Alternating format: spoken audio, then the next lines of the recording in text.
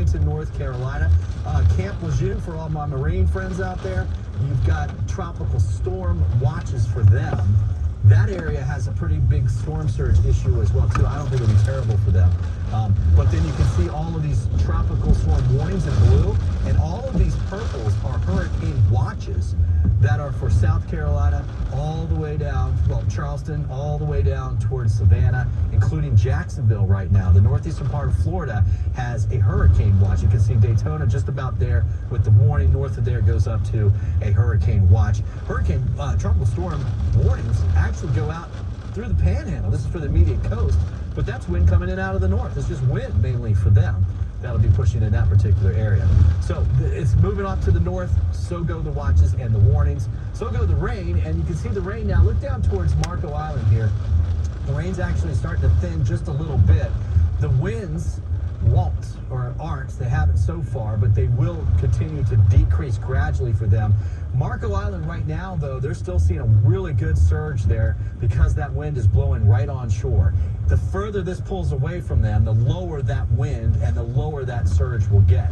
So things will be improving because it is moving, again, north-northeast at about 8 miles per hour. Again, this area southeast of Tampa, including now southeastern Hillsborough, that is a really good burst of rain and wind that's coming through there. We're going to get all of those starting to push through the area right now. Here's a look at our radar from Tampa, and you can see the reds and the oranges in here. Those not only obviously are heavy rainfall, right, but definitely very high winds in there, and a couple of thunderstorms in here too, just north of Port Charlotte, eastern Manatee County. Yeah, southern Manatee County, eastern Sarasota County, southern Manatee. And then you've got Lakewood Ranch right here. Here it comes. You're going to get that heavier wind and rain that you've been dealing with. I think it picks up just a little bit. Riverview and Fishhawk, right on the cusp here. You've noticed the wind picking up and the rain getting heavier. Carrollwood, West Chase, Tarpon Springs, not bad, but you notice Pinellas County, especially Indian Rocks Beach southward, starting to get the heavier winds and rain picking up. This is about as heavy as it will get. I think we'll get a little bit more of this, but you kind of see the shape of this, and if it's moving off in that direction, this is about as far west as it's going to extend. But what happens is, remember, this thing is weakening from a hurricane down to a large tropical storm, and so the wind field is spreading out. And so, yeah, you can see the rain. It doesn't look like you get very heavy rainfall. You will get some more, but the wind will continue. In fact, the wind will be more steady for just about everybody as we go through the evening hours and overnight tonight. This is a look at the velocity product. We usually show you this when we're tracking a tornado because this shows us motion in the rain. You can see where the radar is. This is raindrops going that way. That's raindrops going away from the radar. And so you can see the spin that's happening right here. So we're actually looking up in the atmosphere just a little bit, especially when you get out towards Lakeland. But those are 83 mile per hour winds up above ballpark, right? And so 78 mile per hour winds near Lakeland at this time, near Riverview, near Ruskin. So there's wind up there, and some of that's going to get pulled down in those heavy downpours. And that's why we watch the radar to see where those heavy downpours are, because that's where we can get some of that wind out of it. Gusts of 60 in Tampa, 47 in Zephyr Hills, 77 now in St. Petersburg. It's still gusting near 80 for both Bradenton and Sarasota. 58 mile per hour wind gusts this past hour out in Clearwater. Frostproof, just starting to get the winds. It hasn't been terrible. We've had gusts in the 30s, winds in the teens for the most part, winds in the 20s earlier. But this is the wind, and this is what's coming up right over top of you. Avon Park area out towards the bombing range. Sebring. I haven't talked much about Highlands County except for the small chance for tornadoes. You're going to get clipped with this high wind. 24 mile per hour winds right now in Sebring. That is going up. That will go 35, 45 mile per hour winds with some higher gusts. Won't last too long, but you are going to get some of that. And then eventually you're actually going to start seeing it drying up before most of us will. Brooksville, not bad. 40 mile per hour gusts. You had 39 this past hour, 25 up in Crystal River. Crystal River, and just like the Bay Area, you know, dodged a bullet here because the surge could have been really bad in the Crystal River area as well too. In fact, we were seeing surge models that were putting some parts of US 19 underwater when the storm was coming up in this direction here. Well, obviously why all the evacuations for the Tampa Bay area. Again, winds will start to pick up. Power outages are going up. We're over 1 million now in the state. 1,360,000. Thank you, Courtney. Yeah. But you can see the winds are the ones obviously doing that type of damage. Now, when the winds knock trees down, they knock power lines down, the power goes out, you've got a ton of water. Those power lines can land in the water. right? You need to be extremely, extremely careful. What you're supposed to do is treat any downed wire as a hot wire. Meaning you don't know if it's got electricity on or not. It may not be sparking like you see on in video, right? You have to treat it like it's hot. Okay, so please stay away from those things. Things will quiet down as we get going into late tonight, tomorrow morning. I think tomorrow morning, people are going to get out and about, and they're going to start looking around at things, and that's when things could get kind of dicey. You need to be very, very careful. Most of the injuries that I've seen covering hurricanes over the past 20-some years is people getting hurt after the storm. Especially when you get a place like Fort Myers, you get these places that have this incredible storm surge. They've got to go down there and clean that things up. You get electrocutions when the power comes back on. You get breaks and scrapes and cuts and all that kind of stuff. I've got some Sarasota specific graphics because we have some winds that are really getting high here. These are sustained wind forecasts for Sarasota. 66 mile per hour sustained winds basically in that area now. But notice they do start to decrease as we go through the evening and overnight hours tonight. So 4 a.m., 5 a.m., sustained winds in the 30s. Now, this is just sustained winds. We're going to have gusts on top of this at 15, 20 miles per hour for the gusts. But then you notice by tomorrow, I mean, look at 7 a.m., we're still in the 30s, and then by middle day into the afternoon, we're starting to talk about winds sustained in the 20s. So things will be improving as we get going through the next 24 hours. Rainfall, big thing, guys. This is where we're talking about that chance for that flooding.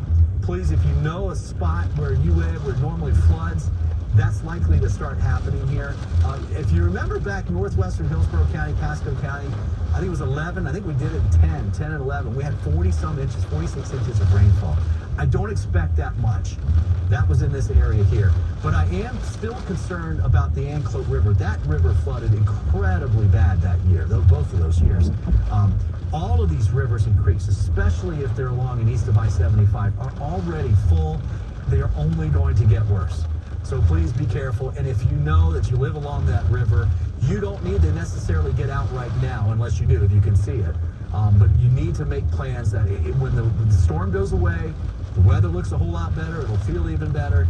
Your situation is not complete. You need to make sure you stay safe, keep you and your family safe.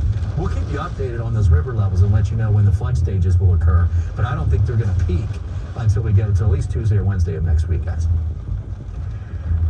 And, you know, we are going to be, of course, keeping you up to date on all of this. I mean, this is certainly not over this evening, not over tomorrow, not over this weekend. So we will keep you obviously informed. And we have been hearing constantly from Governor Ron DeSantis as well as other state emergency officials as this storm has obviously changed and you know, shifted. Lee County in Southwest Florida taking the brunt of this because we saw Hurricane Ian come on shore at Cayo Costa around 3 o'clock this afternoon, 150 mile per hour, Category 4 storm. This right here, what you're looking at, I used to work in this area. This is Fort Myers Beach. That is the Lee County Sheriff's Office Outreach Center being swept away in that storm surge. This is on Fort Myers Beach. I mean, Fort Myers Beach, just, you know, obviously seeing so much damage. If you've been on social media, you've seen it from so many. And if you came up to our area to try and get away from Hurricane Ian, we do want to make sure that you know what's happening in your area. We've seen in Naples, of course, a lot. I mean, we would have had people who would have come north and, of course, east to try and get away from the area. So, yes. And again, this is the Lee County Sheriff's Office Outreach Center. Earlier, we showed you Naples Fire Rescue. Trying to make this sound worse than it is, but at the end of the day, if you live in a mobile home, winds greater than 70 miles an hour can flip that mobile home, and you still have time to get to a shelter. And by the way, you won't be there that long because, Greg, look, by tomorrow afternoon, it's offshore. Yeah, so during the day tomorrow, we're going to see some huge improvements. You know, another reason why, if you are in that low-lying area or in a mobile home, try to leave now is we've got about 90.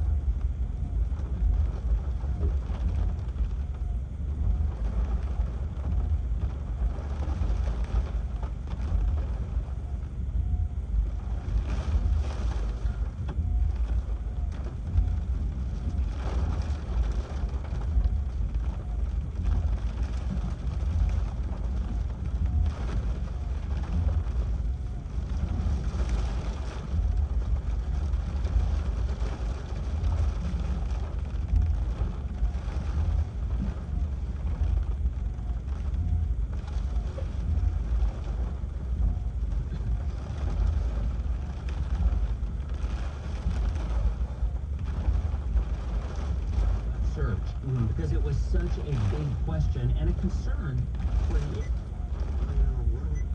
First, the flooding is going to occur, but we've already had ample rain, and once that water starts to come back into the bay and the rain builds up, we have been fortunate to be able to continue to empty out our stormwater retention ponds, and so we'll be able to take more rainwater than we anticipated with the original forecast.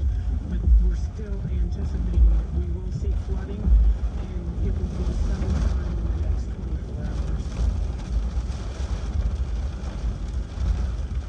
I don't know that it would be the next 12 hours, but definitely the next 24 hours. We're good. Ada was a tropical storm. I think our mindset with tropical storms is, it's just a tropical storm. And the majority of the time that's accurate. But that pushed water, and I'll never forget getting messages from people who were frantic, who had never had water before outside of maybe the no-name storm back in the early 90s, and they were getting water, and no one could understand why. Well, you can make a lot of arguments why. Is the water higher? Whatever the case may be. But at the end of the day, it also happened at what's known as a king tide, which is one of the highest tides of the year. Unfortunately, our high tide tomorrow morning is pretty high as well at about 2.7. Yeah, we're pretty close to it. I think maybe Friday is the official king tide, but we're building to it in the next few high tide cycles. So this is going to be one to watch with the wind coming back on shore. Maybe eastern or southern Hillsborough County, certainly the east side of the bay may see that wind on shore. We'll watch some of the islands down to the south as well, but the one thing that's working in our favor by tomorrow during that high tide is that there will be less wind, as we expect the core of the heaviest winds to shift back across towards the first coast of northern Orlando. There you see the wind direction right there. And as the winds blow offshore, that's the reason we did not have significant surge or no surge today. As a matter of fact, how many pictures did we see and how many things did we hear that the water was 6, 7, 10 feet below normal? Well, the bay trained again. So many boats that looked like they were just in the middle of somebody's backyard. They're very strange, just left behind. I saw a picture from Davis Island from the city of Tampa where basically it looked like some of the canals had completely drained out. I mean, it was amazing. It looked like it was just open ground there between some of the houses with boats right there in the canals. Incredible power. We'll have to see what the official number was, but that was potentially as much as Irma, maybe even more of a push out into the Gulf. Yeah, this storm, in terms of development, I guess when it hit, was stronger than Irma. Irma had winds, I believe, of 143 was the max in Naples. And this, I've not gotten an official report higher than that, but at the time it was 155. So, almost Cat 5. But again, the point that we're making here is all day long, offshore flow means the winds are blowing the water out into the Gulf. But you're not going to flood. I don't care what kind of storm's coming in if all of the water is blowing out. In fact, it emptied the bay. Now, the question will be, when this goes through time, and this is at 2 a.m. here, we start to see more of a northerly or northeasterly flow, and again, looking at the bay, and then by 8 o'clock in the morning, now remember, that's about 3 hours after high tide, the winds come out of a more north-northwest. But even still, we all know there's little subtleties to the way that the air comes in. I mean, this is a pretty easy way to look at it. You figure, well, the wind's not going to really come in until it's like this, and the water's going to surge. But that's not the case. It's not that simple. It's a little bit more complicated, and that's why we think the National Weather Service and the Hurricane Center have elected to keep our surge warnings just in case there is that secondary surge after the storm moves away. That might be enough wind, especially over here towards the southern parts of the county. There may be Apollo Beach down towards